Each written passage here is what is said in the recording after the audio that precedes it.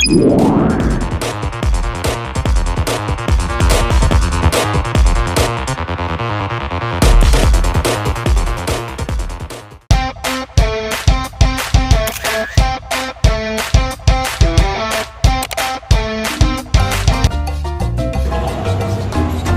ever noticed how learning apps may seem to know what you need Kung next? Kung napansin mo na mas madalas kang binigyan ng review at nahirapan ka, that's not coincidence. That's artificial intelligence at work. The real question is, how does this affect you as a learner? Hello ulit sa inyo and welcome to the final episode of Digital Transformation in Education. I am your host Gab and today we're shifting from explanation to reflection. In episodes 1 and 2, we talk about online learning and gamification. Now we focus on how AI and data-driven learning are already been applied and how these technologies directly affect students, teachers, and future professionals. In this episode is user focus, meaning we're not just talking about technology, but how it changes the learning experience from your point of view.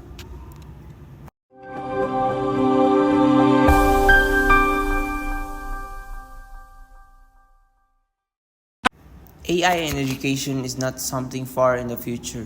Ginagamit na natin ito ngayon, minsan hindi pa natin ito napapansin. For example, adaptive learning platforms adjust lessons based on how you perform. Kapag paulit-ulit kang nagkakamali sa isang topic, the system gives you more practice. Kapag mabilis ka namang matuto, mas challenging task ang binibigay. From a user perspective, this means learnings become more personal. Hindi ka na napipilit sumabay sa pace ng buong klase. The system adjusts to you. Another application is learning analytics.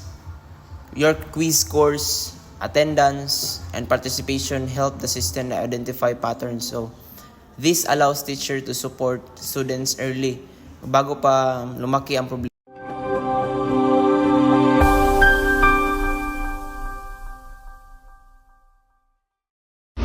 As a student, AI-supported learning can reduce pressure. Hindi mo kailangang mapanggap na naintindihan mo ang lesson dahil the system recognizes where you struggle. Pero this is also requires responsibility. Since learning becomes more flexible, students must manage their time, stay honest, and actively engage. For teachers, AI changes the role but does not remove it.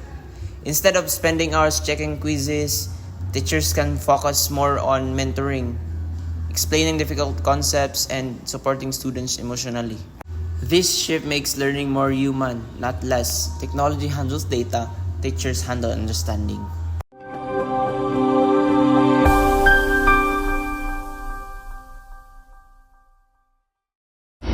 But from a user point of view, we also need to ask important questions. Are we comfortable knowing that our learning data is collected? Do we know who has access to it and how it's being used? Every click, score, and activity contributes to a digital profile. If this data is misused, or poorly protected, it can harm students instead of helping them. UNESCO 2021 reminds us that ethical use of AI requires transparency and accountability.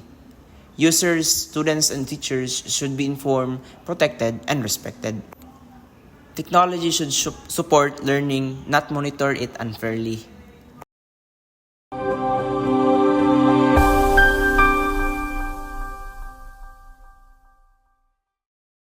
Looking ahead, AI can make education more inclusive.